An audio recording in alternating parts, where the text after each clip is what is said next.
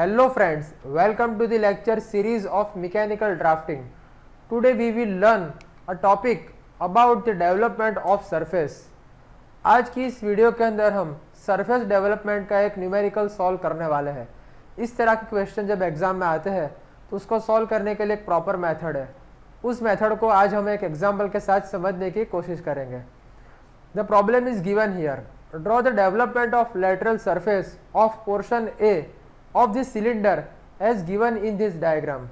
आपको यहाँ पर डायग्राम में एक सिलेंडर दिया हुआ है, उस सिलेंडर के ऊपर कुछ कट लगाए हुए हैं। एक 45 डिग्री 30 डिग्री का कट ऊपर की तरफ है और डाउनवर्ड आपको 30 डिग्री का कट दिखाई दे रहा है।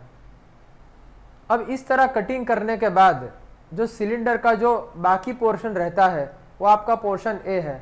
इस सिलेंडर की सरफेस को हम जब डेवलप करेंगे, यानी कि सिलेंडर को जब हम अनफोल्ड करेंगे उसकी सरफेस, तो किस तरह का शेप और किस तरह का कर्व वहाँ पर दिखेगा उसे हमें ट्रेस करना है। तो चलिए देखते हैं इस न्यूमेरिकल को कैसे सॉल्व करते हैं। फर्स्ट ऑफ ऑल सबसे पहले हम XY लाइन ड्रॉ कर लेंगे और सिलेंडर का टॉप व्यू और फ्रंट व्यू हमको ड्रॉ करना है। जैसा कि आप जानते हैं कि सिलेंडर का टॉप व्यू हमको सर्कल शेप में दिखाई देता है, तो यहाँ पर हम एक सर्कल ड्रॉ करेंगे जिसका डायमीटर है 50 mm। उसके बाद इस सिलेंडर का प्रोजेक्शन लेकर हम उसका फ्रंट व्यू ड्रॉ करेंगे। सिलेंडर का फ्रंट व्यू एक रेक्टेंगल की शेप के अंदर आएगा, तो फ्रंट व्यू हमको कुछ इस तरह मिलेगा। यहाँ पर हमको हाइट मेंशन की हुई है 70 mm। अब इस सिलेंडर के सेंटर के अंदर हम एक एक्सिस लाइन ड्रॉ कर देंगे और उसके रेफरेंस से हमको कटिंग शो करने हैं। जब हम इस सिलेंडर को डेवलप करेंगे तो हमें इसे 8 पार्ट्स के अंदर डिवाइड करना पड़ेगा। तो चलिए देखते हैं। सिलेंडर के जो पार्ट्स हमने किए हैं इसे हम A, B, C, D, E, F, G and H point से डिनोट कर रहे हैं। जब इन सभी लाइंस को प्रोजेक्शन के रूप में हम फ्रंट व्यू तक ड्रॉ करेंगे तो हमारा फ्रंट व्यू कुछ इस तरह बनेगा। और यहाँ पर हमने सबसे पहले कटिंग ड्रॉ कर दिए हैं जो हमको क्वेश्चन के अंदर ऑलरेडी दिए हुए हैं। 30 degree 45 degree and this is also 30 degree. अब जब इस सिलेंडर को हम डेवलप करेंगे तो जो रेक्टेंगुलर शेप आपको दिख रहा है इसकी हाइट होगी 70 mm और इसकी जो विड्थ है, इसकी जो लेंथ है वो होगी 2 पाई इंटू आर, यानी कि pi into diameter of cylinder. यहाँ पर जैसा कि हमको पता है कि सिलेंडर का डायमीटर 50 mm है, तो ये जो आपको रेक्टेंगुलर शेप दिख रहा है यानी कि सिलेंडर को अनफोल्ड करने के बाद जो उसकी सरफेस दिख रही है इसकी लेंथ होगी पाई इंटू 50 mm, यानी कि 157 mm इस केस के अंदर होगी। अब इस सिलेंडर के हम 8 भाग कर देंगे, यानी कि इस रेक्टेंगल को हम 8 पार्ट के अंदर डिवाइड कर देंगे ताकि हम प्रोजेक्शन ड्रॉ कर सकें। जैसा कि हमने सिलेंडर के पॉइंट्स के नाम दिए A, B, C, D, E, F, G, H, इसी तरह इसी रेक्टेंगुलर डेवलपमेंट के अंदर हमको पॉइंट्स डिनोट करना है। तो यहाँ पर हम पॉइंट्स के नाम दे रहे हैं A, B, C, D, E, F, G, H और लास्ट का पॉइंट फिर से आएगा A पॉइंट, क्योंकि जहाँ पर सिलेंडर की एज को हमने कट किया है A से तो उसके दोनों तरफ A पॉइंट आएगा।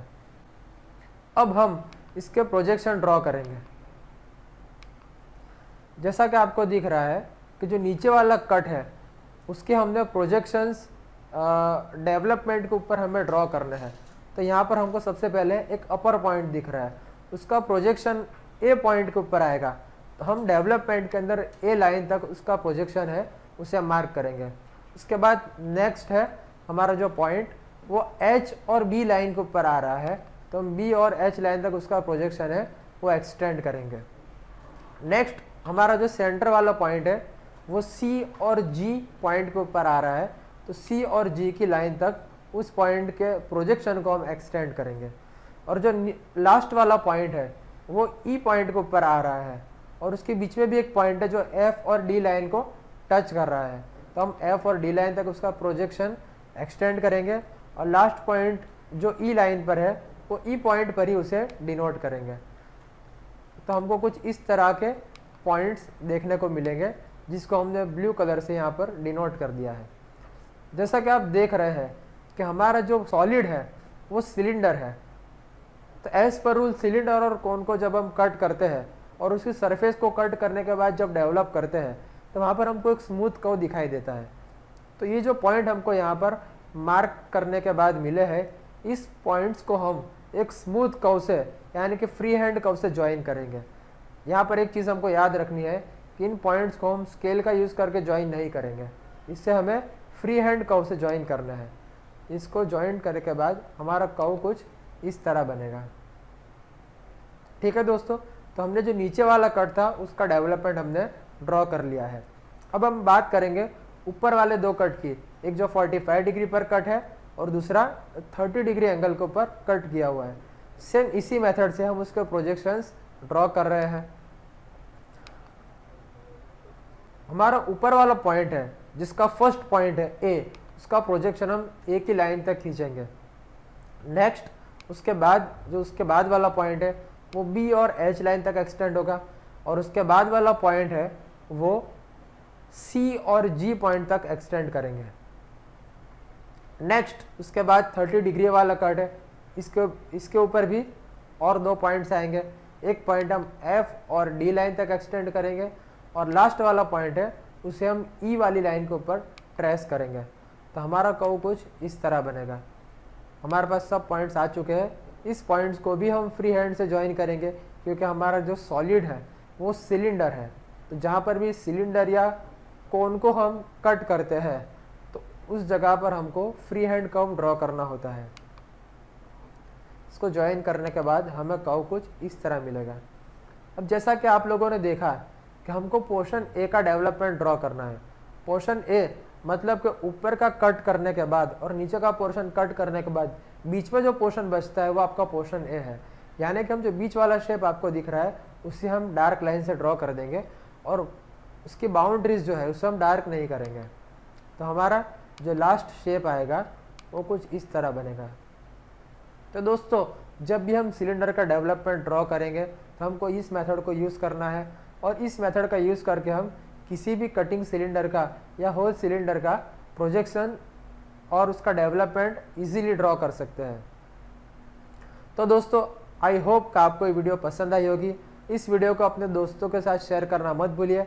अब हम मिलेंगे नेक्स्ट वीडियो में एक नए इंटरेस्टिंग टॉपिक के साथ। Thank you very much.